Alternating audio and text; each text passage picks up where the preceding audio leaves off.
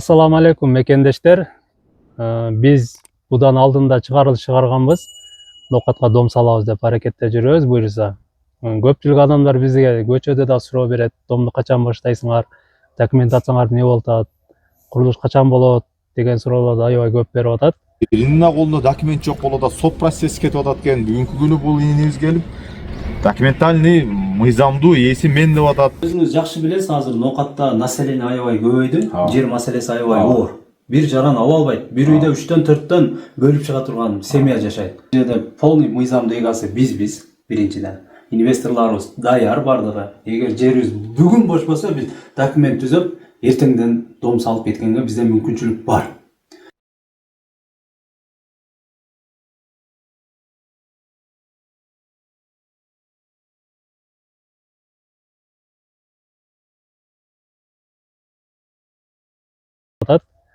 Ошого байланыштуу дагы ошол жерде биздин жерибиз азыркы учурда ремонттордо жүрүп жатыптыр. Бүгүн бар өз көзүбүз менен көрдүк. Биз буга чейин да эскерткенбиз. Эч кандай ремонт кылбагыла, биз бул жака дом салабыз. Мээнетиңерге күйүп каласыңар деп. Ошого карабай, азыркы учурга чейин ремонтторун куруп келип атышат адамдар. Ошого биз эскертүү иретинде мындай факты кылып көрсөтүп коелу деп ушул чыгарылышты чыгарууга чечтик бүгүн буюрса. Бул жак биздин Малик деген абабыз болот. Буюрса бизге жардам берген атайын Бишкектен келди. Ошол многоэтажный домдорду салуу боюнча. Бул жактар эми биздин өзүбүздүн балдар. Биз эми мындай тааныштырып койсок, Ноокатта кеңеш айыл өкмөтү илгери бул Ленизм деген колхоз болчу эле. Анан ушу Ленизм колхозунун ошол жерде жана ой базасы бар эле. Бул территория Ноокатта болуп атпайбы, Ноокат центринин жанында. Аянты бир 3 гектар 12 соток дейсиңби, 10 соток жер экен. Мен угуп жүргөм мурун, анан балдар келип жолугуп айтышып калды. Ошол жерге биз бир көп квартиралуу баягы көп этаждуу үйлөрдү салып, ушу баягы үйгө муктаждарга азыр эми жер жок да. Азыр менчик үй салганга жер берилбейт деп атпайбы. Ошол жерде бир мындай натыйжалуу эффекттүү анан элге да жардам болот деп мен действительно инициативаларын мындай колдодум. Анан булар менен кошулуп, ладно, мен эгер жардамым тийген болсо, жардам берейин деп сүйлөшүп, анан ишти баштап атабыз да. Действительно балдар мындай жаш балдар эми мындай алгандачы көп иш кылыптыр. Ошо 3 гектар жерди ажыратып алышып, булар эми башка бирөөлөр сатып алган экен, кийин булар жанагы как добросовестный покупатель катары сатып алышып, бириктирип ошо жерди бириктиришиптир. Анан проектти башкалары жасап, азыр 1000 канча? 24 квартира 9 этаждан болот дейт. Булар жанагы канализацияны азыр адамдар мындай кээ бирлер баягы табалап турат да, баштай элеби, кыла элеби, эме жете, бу жерде канализация жок, башка депчи. Мен булар менен бүт материал документтерин көрдүм. Булар канализация, бүт бардык проектлер бар. Эми азыр баягы ааламдаштыруу мезгилинде цифрализация, азыр эми технология аябай жетишкен. Канализация деселе баягы биз илгерки шаардагы азыр эле траншея эме кылып, азыр мындай аябай оңой жолдору бар. Бардыгы мындай ордунда нормальный экен. Булар эми жаш балдар жагын технология бүт барын өздөштүрүпчү. Почти бардыгы даяр экен да. Анан менин азыркы мындай билишиме караганда, бул жерде ушу дагы эле баягы өзүнүн элдер, баягы ачкөз, эч нерсе түшүнбөгөн адамдар көп да. Ошол булардын жери болсо, ушу башынан аярга эч ким эме кылган эмес. Баягы зордук, зомбулук менен эле кирип, бир эстүү баштуу эле адамдар баягы 2 этаж, 3 этаж үйлөр салып алыптыр. Бир 21 22 үй бар экен. Фундамент андай менечи. Мен ошо таң калып атам да. Мына биз өзүбүздүн жерге, өзүбүздүн үйгө, участкага бир нерсе салсак, архитектурный разрешение, айыл өкмөтүнүн разрешение, канча документ топтойсуз. Олар спокойно бирөөнүн жерине ушундайдан наглый адамдарга мен ушу 21 кылымда ушундай билимсиз, ушундай баягы нафсисин алыткан, нафсиден башка нерсени көрбөгөн адамдарды көрүп таң калып атам да. Ошолор ушу балдарга мындай аябай мындай тоскоол жаратып атты да. Бу жерде, конечно, бу жерде мамлекеттик орган бар. Бул биринчи госрегистр да. Госрегистрдин түзүлүш мааниси өзү баягы адамдарга жардам берүү. баягы мыйзамды жерлерди тактап чектеп коюу, чек границалар. Анан алар каттагандан кийин мыйзам боюнча алар катталган жер мамлекеттин коргоосунда болуш керек. Мамлекеттик органдар, акимчилик ким болсо ушу менчик нерсин коргош керек. Жер ушулардыкы болгондончу. Өзүм мыйзамда так жазылып жатат. Ал мыйзамдан каттоо, силерге эми каттоо гос акт берилип атпайбы? Каттагандан кийин мамлекет өзүнүн коргоосуна алыш керек да. Бу жерде наоборот баягы түшүнбөстүк, анан баягы көрө албастык, 2 жаш бала келип эле бир нерсени баштап атса алыгы мындай тосуш керек да бир нерсе кылыпчы. Ошентип ар түрдүү баягы бир тоскоолдуктар жаратылып атыптыр да. Анан мен эми мындай азыр деле айтам да, мындай айтып коеюн. Адамдар кичине мындай ушул 2 балачалык мындай ой жүгүртүңөр жокпу дейм да. Ушу балдар келечекте биз ушу элге мына эгер ошо 1000ден ашык квартиралуу үй салсак, ошо 1000ден ашык адам үйлүү болуп калат. Азыр эми жер маселесин билесиңер. Уже жер жеке менчик үй салганга уруксат берилбейт. Эми ал жерде бир 20-22 адам экен, кээ бир фундамент куюп коюптур, кээ бир. Бүгүн да бардык, бир баягы карыган кемпирди алып келишип алыптыр, баягы жаш балдар. Ошону эме кылыпчы. Барганда эле бу кемпир катык сүйлөбөк эле, бул стенд койдуруп келди, өлүп калса балада каласыңар. Бу жерде мыйзам бар да. Анан эми стенд койдуруп, башка бу ажалың жетсе кайерде болсо өлөсүң да, туурабы? Эми ушундай баягы биздин Ноокаттын сөзү менен айтканда баягы пасттыктар аябай көп экен да. Пасттыктар көп экен да. Эми ушуну район администрациясы, баягы укук коргоо органдары эле мындай чечип койсо болот да. Себеби жанакы адамдар нагылы мыйзамсыз кирип атпайбы? Значит, бул ошол баягы мыйзам, укук коргоо органдарын абсолютно баягы элге эч кандай таасири жок экен да. Булар жүргүзгөн баягы мыйзам аткарылыштар, мыйзам сакталышы, иш чара, башка нерселер элге эч нерсе жетпептир да. По-тупому эле кирип эле отуруп алып, мен действительно таң калдым да. Баягы чоң үйлөрдү салышып алыптыр. Кантип жерге эч кандай тиешең жок болсо. Мындай анан архитектура башка кантип жери жок жерге алар уруксат берет курулушкачы. Бул жерде баягы чырмалышкан да. Анан эми кадастр боюнча дагы биз эми азыр документтерди топтоп башка эме кылып атабыз.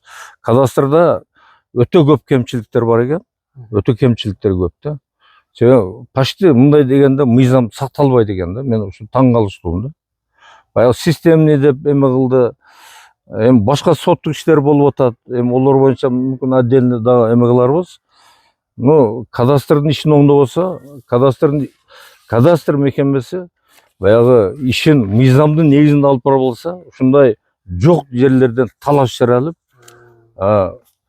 кадастр баягы ошондой нерселерди токтоткондун ордуна өздөрү жанакыдай эме кылып туруп, укук коргоо органдарын туура эмес информацияларды башка көп нерселерди талашка айландырып бериптир да. Көп жерде ушу талаш да. Болбосо эме бизде азыр мына өткөндө президент айтты го, Садыр Жапар, өзү кыдырып көрдү. Бүт эле местный органдар иштебейт экен да. Действительно Ноокатта деле ошондой иштебейт экен да. Өзүнүн милдетин аткарса, мисалы үчүн кадастрга арыз жазсаң, азыр мен любой арыз, это стандарт да. Прокуратурага жазасың, милицияга, кимисине болбосун. Арыз жазсаң, арызда жазат экен. Сиз макул болбосоңуз, жогорку, бизден жогору турган органдарга кайрылыңыз, же болбосо сотко.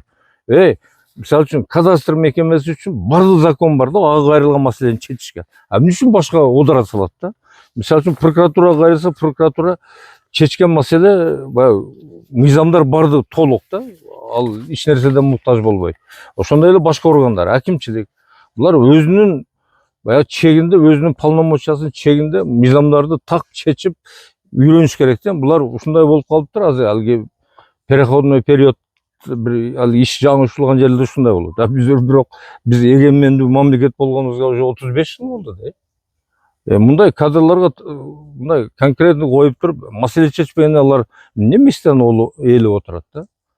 Аларды маселе чечсин, ушуга окшогон талаштарды чечсин деп.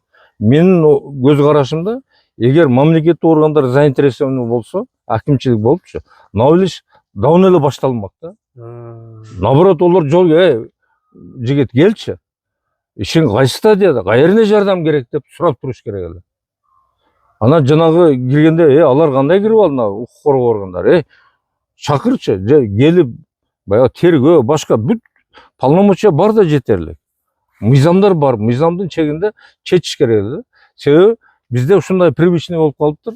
Муну кечеги президент өзү кыдырганда да көрдү, кийин губернатор эме кылды, азыр акимдер кыдырып атат, өздөрү эле көрүп атат. Пока местный орган өзүнө тиешелүү маселенин мыйзам чегинде өзү чечпесе, бизде вообще заман оңолбойт. Анан эми көбү баягы бийликке наразы, элдин наразылыгы аябай күчтүү болуп атпайбы бийликке. Эмне үчүн бийликке наразы? Именно жергиликтүү органдар иштебеген үчүн. Именно жергиликтүү орган ушу госрегистр өзүнүн ишин чечпегени, милиция өзүнүн ишин чечпегени, прокуратура өзүнүн ишин, аким өзүнүн ишин чечпегенден келип чыгып атат. Себеби мыйзам мындай эме бар да, баягы бийликтин негизи ким дейт да? Эмне дейт бийликтин негизи? Бийликтин негизи биринчи баштапкы ушу бийликтин уюмдары. Мына айыл өкмөттүн айыл башчыдан башталат. Айыл башы, айыл өкмөт, анан райондук организациялар, прокат эмелер. Ушулар өзүнүн баягы жоопкерчилигин, өзүнүн милдетин мыйзамдын негизинде канчалык так иштесе, бийлик ошончолук элге мындай уважаемый болот да. Анан бияк иштебесе, ол жогору жак кантип келип булардын ар бир проблемасын чечип бере беле. Ошон үчүн жогортон эми президент дагы өбөт эме кылды окшойт, кийин дагы токтом кабыл алып башка кылды.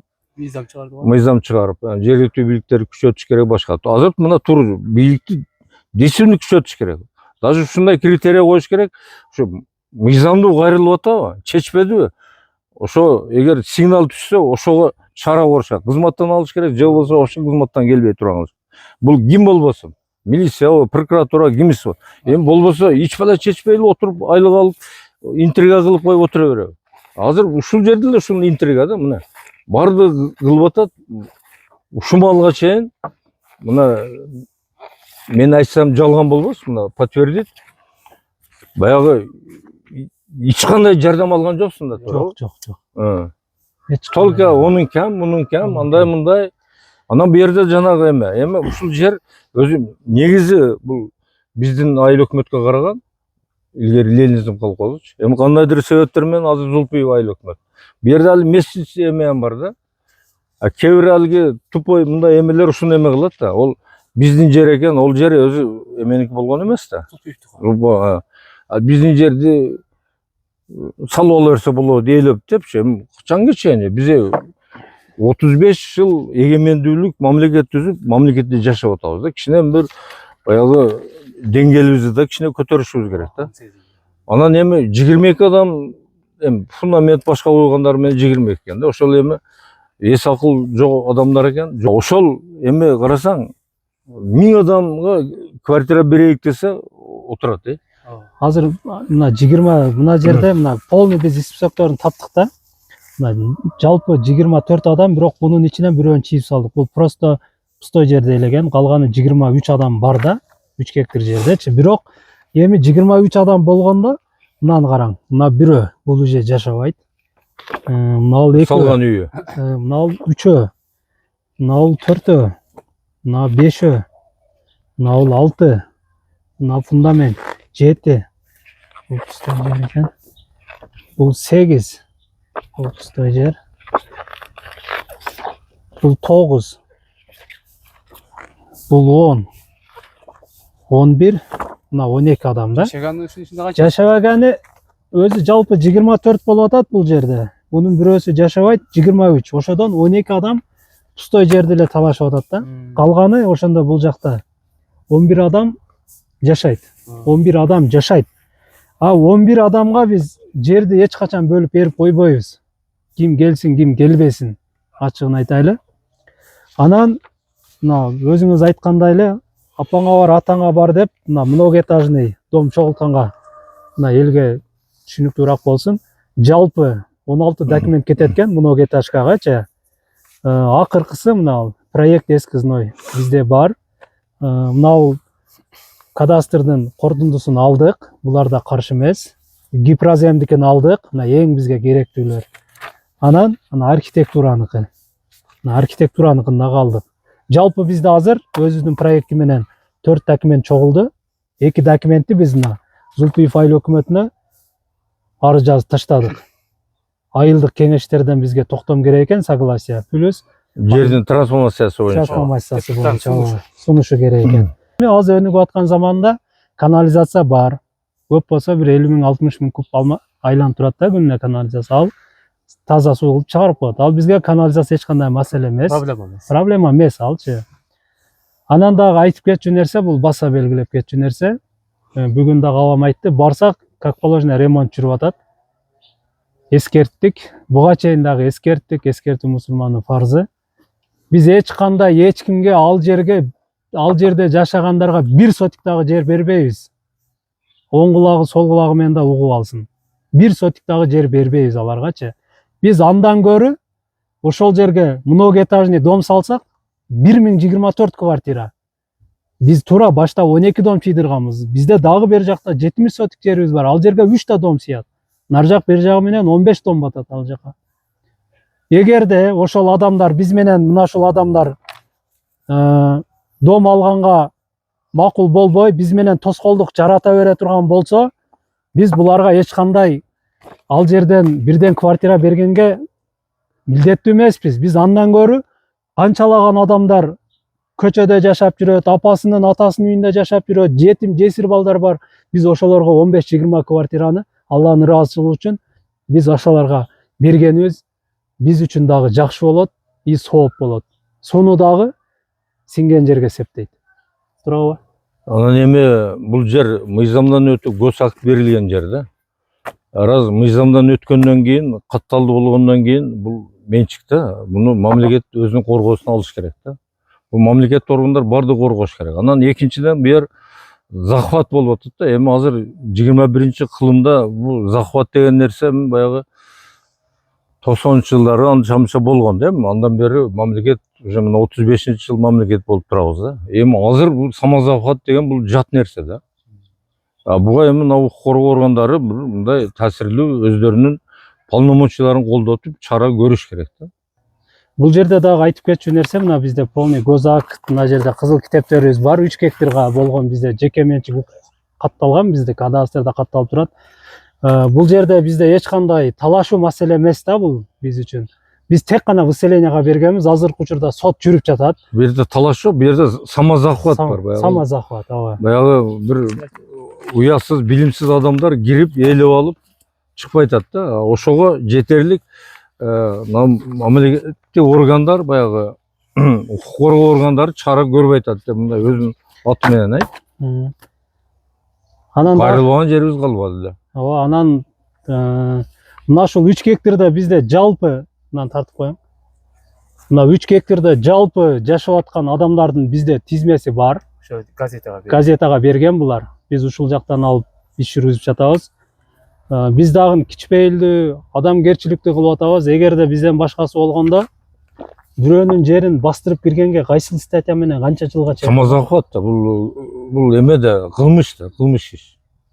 5 жылдан 12 жылга. Жылын айтпайм, кылмыш да, бул кылмыш иш да. 5 жылдан ошо 12 жылга чейин, 10 жылга чейин, эң азы 5 жылдан эң көбү 12 жылга чейин каматканга бизге мыйзам жол берет. Анан кийин экинчиден бу жерде булар мына силерде уже 1 жыл токтотуп атат, 2 жыл токтотуп атат деди. Бул ущерб деген бар.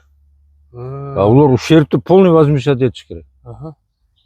Бул жөнүндө оюн эмес да. Биз ошо кыскача айтып кетсек, бизде азыр буйруса многоэтажка салганга 3 документ, 4 документ даяр болду. Биз бул жолубуздан эч качан кайтпайбыз. Буйруса Алган документтерде уже баягы арыздарды берип жөнөткөнбүз. Уже иш кетип атат да баягы. Элдин келечеги үчүн болуп аткандан кийин. Кана эми ошолордо силер мына жаш балдар экенсиңер, ошондой болсо дагы силер ушу бүт кызыкчылыгыңарды коюп, ушундай максат коюп, үйдү салайык, адамдарды киргизейик деп мындай бир жардам. Неужели ошолордо ошондой бир сезимдер жок да? Жок болуп атат. Патриот дегенде. Патриотизм деген болуш керек да. Ноокат районбуз, ошол жерде ушундай көп этаждуу үйлөр, городок курулуп калса, бул эми Ноокаттын абийири эле болот да. Буга любой мындай баягы акылы бар адам буга кошулуш керек да. Бул алги ичинде ири бир башка кызыкты ойлогон адамдар гана мындай каршы болуш керек да. Берде егер акыл үстөмдүк кылган болсо, бул ишке аша турган нерсе да. Малик сиз жанагы токтомду айттыңыз го. 181-чи чыккан. 23 майда 26-чы чыккан токтом. Ар бир айыл өкмөт. Эми ошо İşte президент istеген, чыгарды го, ошо президент кече кыдырып кеткенден кийин ушу жергиликтүү органдардын иш аракеттерин баягы күчтөндүрүү боюнча деп токтом кабыл алды. Эми ошо токтом боюнча булар эми мурункудай иштебей келе деп атат да. Мындай башкача күч менен жаңы мына как раз ушуларга иш. Мына ушуларды чечсин. Бирок ошо мыйзам иштебей Чечсин. Мурун чечилбей атса, мына президент указ чыгарды, токтом кабыл алды деп туруп, мына биз ишти күчтөндүрдүк, мына чечтик деп, мына азыр районго аким жаңы келиптир, чечсин. Мына чече турган маселе. Кээ биркиге ошо мыйзамды айтсаң баш айланып жооп бере албай калат да. Бизде ушундай экен. Бул мыйзам жагынан ноокат аябай өксүптүр да. Мен бир эле нерсе таң калдым. Баягы системный деген эме бар да. Баягы каттоо мыйзам чыккан да. Каттоо мыйзамы 98-декабрда чыккан. Ошол мыйзам чыккандан кийин каттоо органдары уюштурулган. Ага чейин каттоодон өткөндөр бар да, баягы жер реформа, анау айыл өкмөт башкалар каттоп баягындай китеп берген. Күбөлүкчү. Анан ошо каттоо мыйзамынын 53-чү беренесинде жазылып турат да, 53-чү берене. Баягы каттоо мекемелери жаңыдан уюштурганына байланыштуу баягы мындай жагдайлар депчи. Ошонун акыркы абзацына жазылып турат. Ошо мурунку катталып көбөлүк алгандар, алар күчүндө деп атат документ. Бул кайра катталууга жатат. Эми кайра катталуу деп жана системныйды киргизди да. Системдин максаты ошол. Бул арыз жазылбайт. Акысыз. Значит, мурунку каттоодон өткөндө кайра каттап коюш керек да. Муну булар ноокаттын госрегистри муну кайрадан каттоо өткөргөн, кайрадан чийип, кайрадан кылыпчы. Бул эми вообще эле тупость да. Мыйзамды прямой бузуп атпайбы? Мен ошон үчүн деп атам, көп жерде талаш жаңкылай эмелерди именно госрегистрдин мыйзамсыз позициясы түртүп атат да адамдарды. Боло берет экен депчи. Ошон үчүн аракетиңерди токтотуп койгула. Дагы баягы күчөнүш керек, баягы жигитке кайгы түшсө, бир оор жумуш түшсө, чыйралтат дейт. Мисалы Биз жумушубузду баштап уже ортосуна келип калдык. Биз эч качан жолубуздан кайтпайбыз. Мына мыйзам чегинде эле биз Кудай буйрса ишибизди аягына чыгып, ошол жерде өзүбүздүн жерге 6 миллиард сом инвестиция кылып, бизде инвесторлор баардыгы бар. 1000 адамды биз Кудай буйрса келечекте үйлүү кылабыз. Эгерде ошол жердеги адамдар, жашагандар биз менен реальный келише турган болсо, биз келишкенге даярбыз. Туурабы? Анан президенттин сөзү бар го. Эгер мектеп, социальный объект курам десеңер, жерди бекер беребиз деп атат. Силер ошо социальный объект ичинде целый городок салабыз деп атпайсыңар. Силерди, значит, бүт район да. Президент колдогондон кийин бүт мен ойлойм, мамлекет баары колдойт депчи. Азыр эми азыркы анча-мынча сен айтып атасың, Эпир, бул нерселер баягы бир убактысынча бир түшүнүксүздүк болуп кала берсин. Ошондой болуп кала берсин. Ишиңерге ийгилик, дальше кете бергиле. Бирок бул иш биз үчүн талаш маселе эмес да. Бул тек гана биз жерибизди бошотуп. Эми ясно, жериңер каттоодо тургандан кийин каяктан талаш болот. Талашты ол түшүнбөгөндөрдүн сөзү болчу. Бу жер талаш экен, бул ээлеп алган. Кайерде мыйзам бар, самозахватты мыйзамдуу деген. Жок да. Анда алардын кээ бирине дагы бир шанс болуп атыптыр да, азыр биз менен келишип калганга, сотко ашырбайт. Жайма жолдор көп эми, аны баягы иш кетсе чечиле берет да. Иш кетсе чечиле берет экен. Ошол менен бүгүнкү чыгат. Анан эми мындан кийин бул боюнча тез маалыматтарды берип турушуңар керек. Сотто кандай кыймыл болуп атат? О жерде бир түшүнгөн адамдар пайда болду, өздөрү чыгып атабы? Ошондой бир анан дагы бирөөлөр дагы нахальный дагы кирип атабы? Ушуларды тынымсыз берип туруш керек. Азыр 1-2-3 адам уже келишкенге барды уже биз менен звондашып, сүйлөшүп. Ошондой болуш керек да, иш кете бериш керек, иш кете бериш керек. 1-2-3. Анан айрыкча сот процессин тездетиш керек, токтотпош керек.